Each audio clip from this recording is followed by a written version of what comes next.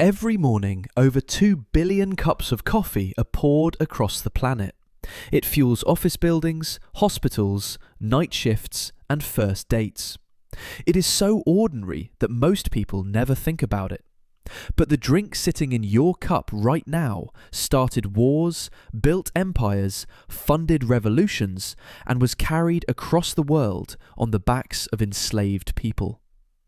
Coffee is not just a beverage, it is one of the most consequential substances in human history. And its story begins not in a cafe in Paris or a roastery in Seattle, but on a mountainside in Africa with a goat. Sometime around the 9th century in the highlands of Ethiopia, there is a legend about a goat herder named Kaldi. According to the story, Kaldi noticed that his goats were behaving strangely.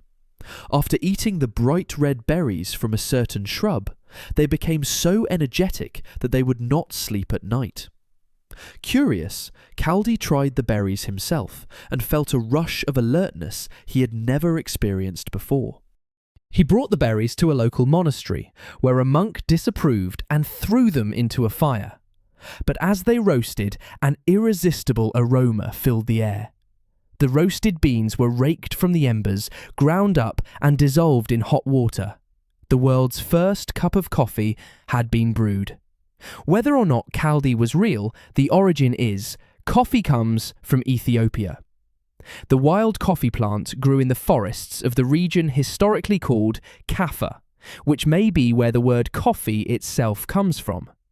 For centuries, Ethiopians used the plant in ways we would barely recognize today. They chewed the raw berries mixed with fat as an energy snack for long journeys. They made wine from the fermented pulp, and they brewed the leaves into a tea. Coffee, as we know it, was not yet a drink of the masses. It was a local secret, and it would stay in Africa for a very long time. The plant made its true leap into history when it crossed the Red Sea into Yemen. By the 15th century, coffee was being deliberately cultivated on terraced farms in the mountains of Yemen, and it was here that coffee became a drink with a purpose. Sufi Muslim monks discovered that coffee helped them stay awake and focused during long nights of prayer and devotion. The stimulating brew allowed them to maintain concentration through hours of religious ritual that would have been impossible otherwise. Coffee became sacred fuel for the spirit. The Yemeni port of Mocha became the centre of the coffee trade, and its name still echoes on cafe menus today. For a period, Yemen held an almost total monopoly on coffee. The Yemenis were fiercely protective of their prize. To prevent anyone else from growing it, they made sure no fertile coffee bean ever left the country. Beans were boiled or partially roasted before export, so they could not be planted and germinated. Coffee was too valuable to share. But you cannot contain a plant like this forever. As coffee spread through the Islamic world, it gave birth to an entirely new kind of institution, the coffee house. In cities like Mecca, Cairo, and Istanbul, coffee houses appeared and exploded in popularity. They were called kahve-khane, and they were unlike anything that had come before. People gathered not to drink alcohol, which was forbidden, but to drink coffee, talk politics, play games, listen to music, and exchange news. They became known as schools of the wise, because so much knowledge and debate flowed through them. And that is exactly why they became dangerous. Rulers began to fear these gathering places. When people gather, drink a stimulant, and talk freely, they start to question authority. In 1511, the governor of Mecca banned coffee outright, convinced that coffee houses were breeding grounds for rebellion and dissent. Later, in the Ottoman Empire, coffee was banned under penalty of death.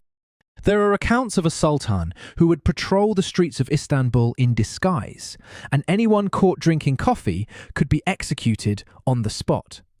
But the bans never held. The demand was simply too strong. Every time coffee was outlawed, it came roaring back. By the 17th century, coffee finally reached Europe, and it arrived with suspicion. Some Christian clergy called it the bitter invention of Satan because of its association with the Muslim world. The controversy grew so heated that it reportedly reached Pope Clement VIII, who was asked to condemn it. But before banning the drink, the Pope decided to taste it. He found it so delicious that, according to legend, he joked that it would be a sin to let only the infidels enjoy it, and he gave coffee his blessing.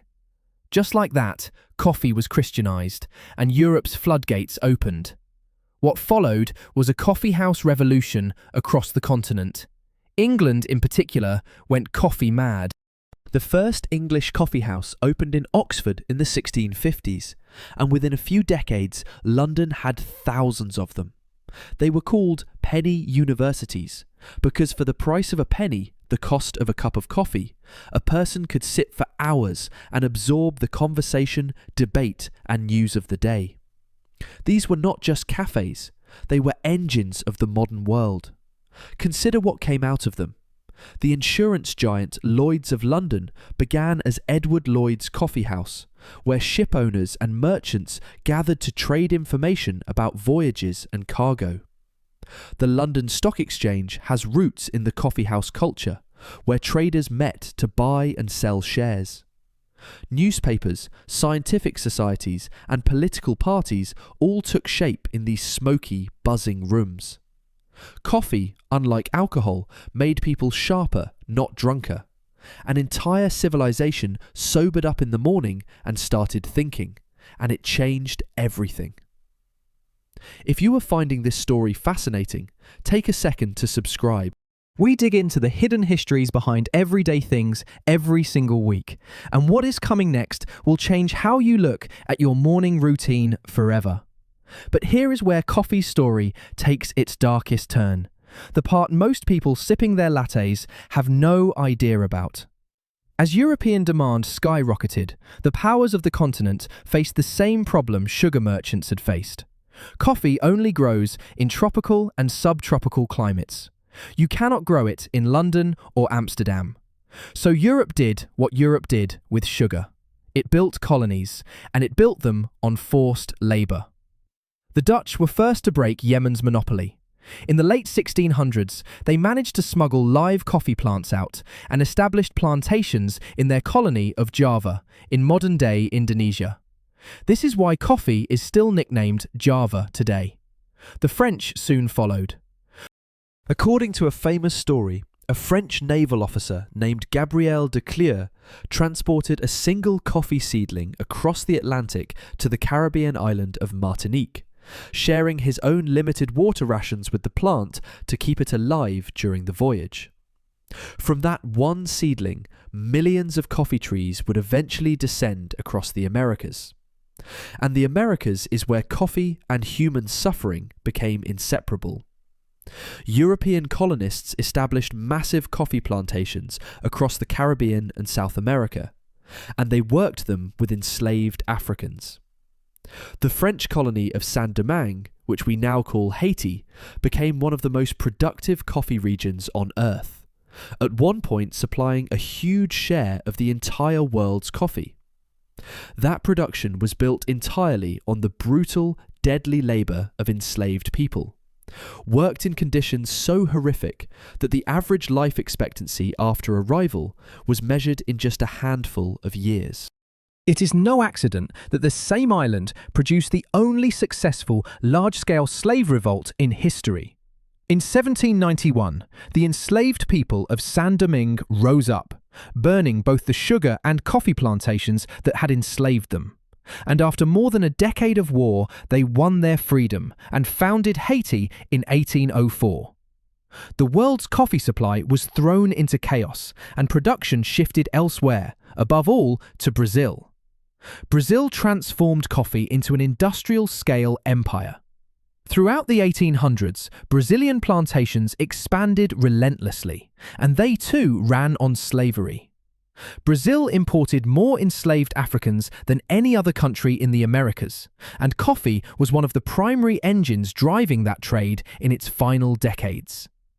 Brazil did not abolish slavery until 1888, making it the last country in the Western Hemisphere to do so. By then, coffee had become the backbone of the Brazilian economy, and the country had become the dominant coffee producer on the planet, a position it still holds today. Your morning cup is more likely to have come from Brazil than anywhere else on Earth.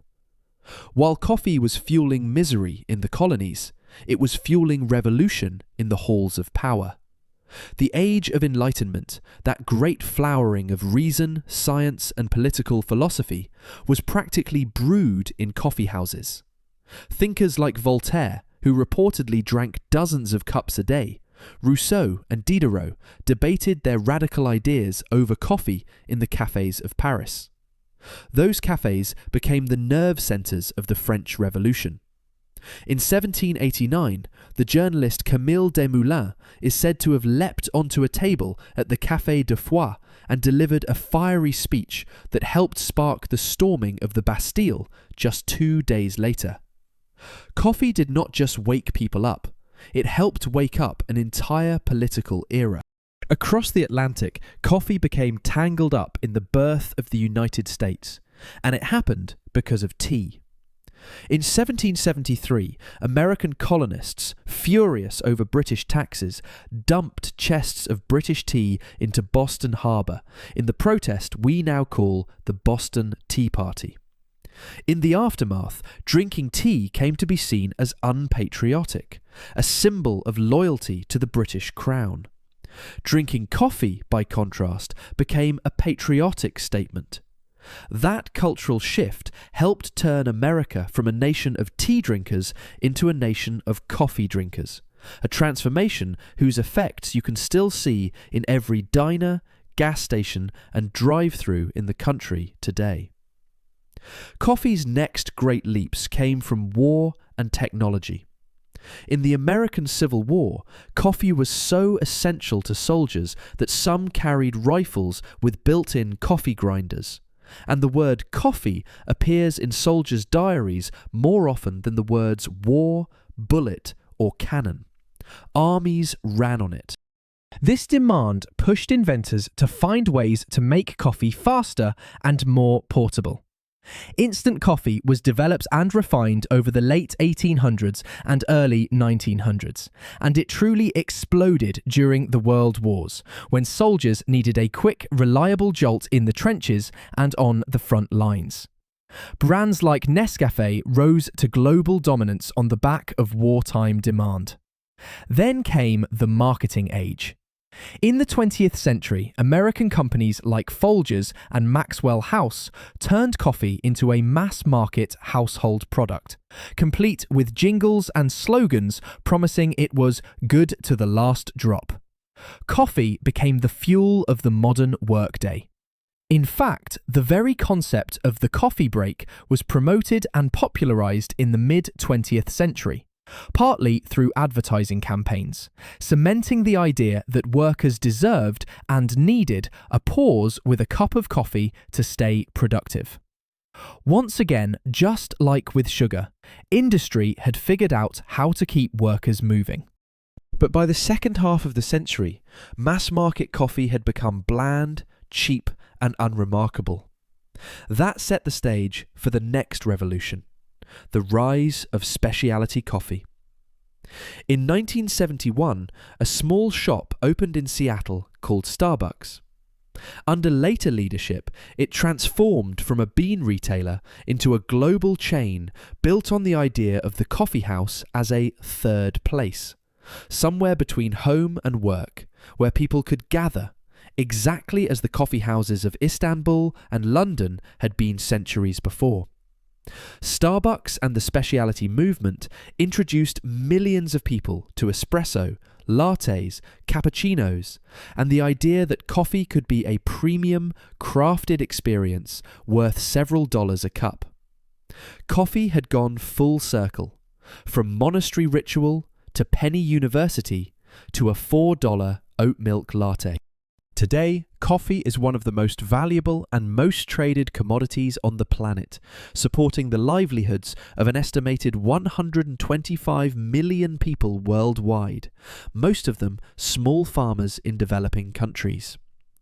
And here is the uncomfortable truth hiding inside your daily ritual. The people who grow the coffee are often among the poorest in the entire supply chain. Coffee farmers frequently earn just a tiny fraction of the final price you pay for a cup, and many live below the poverty line. In some regions, child labour and exploitative conditions persist on coffee farms even today. The colonial pattern, where the wealth flows to the consuming nations and the hardship stays with the producing ones, never fully disappeared. It just changed its shape. There is an environmental cost too. Growing global demand has driven deforestation as forests are cleared for sun-grown coffee plantations, threatening biodiversity in some of the most fragile ecosystems on Earth. And now climate change is coming for coffee itself. The plant is extremely sensitive to temperature and rainfall, and studies suggest that a large portion of the land currently suitable for growing coffee could become unsuitable within the coming decades. The drink 2 billion people depend on every morning is quietly under threat. And what about your body? For centuries, coffee was suspected of being harmful, even dangerous. But modern research has largely flipped that view. Moderate coffee consumption is now associated with a range of potential benefits, including improved alertness, better focus, and links to a lower risk of certain diseases. Caffeine, the world's most widely consumed psychoactive substance, works by blocking the brain's sleep signals, which is exactly why Kaldi's goats could not settle down all those centuries ago. Of course, too much can cause anxiety, disrupt sleep, and create genuine dependence.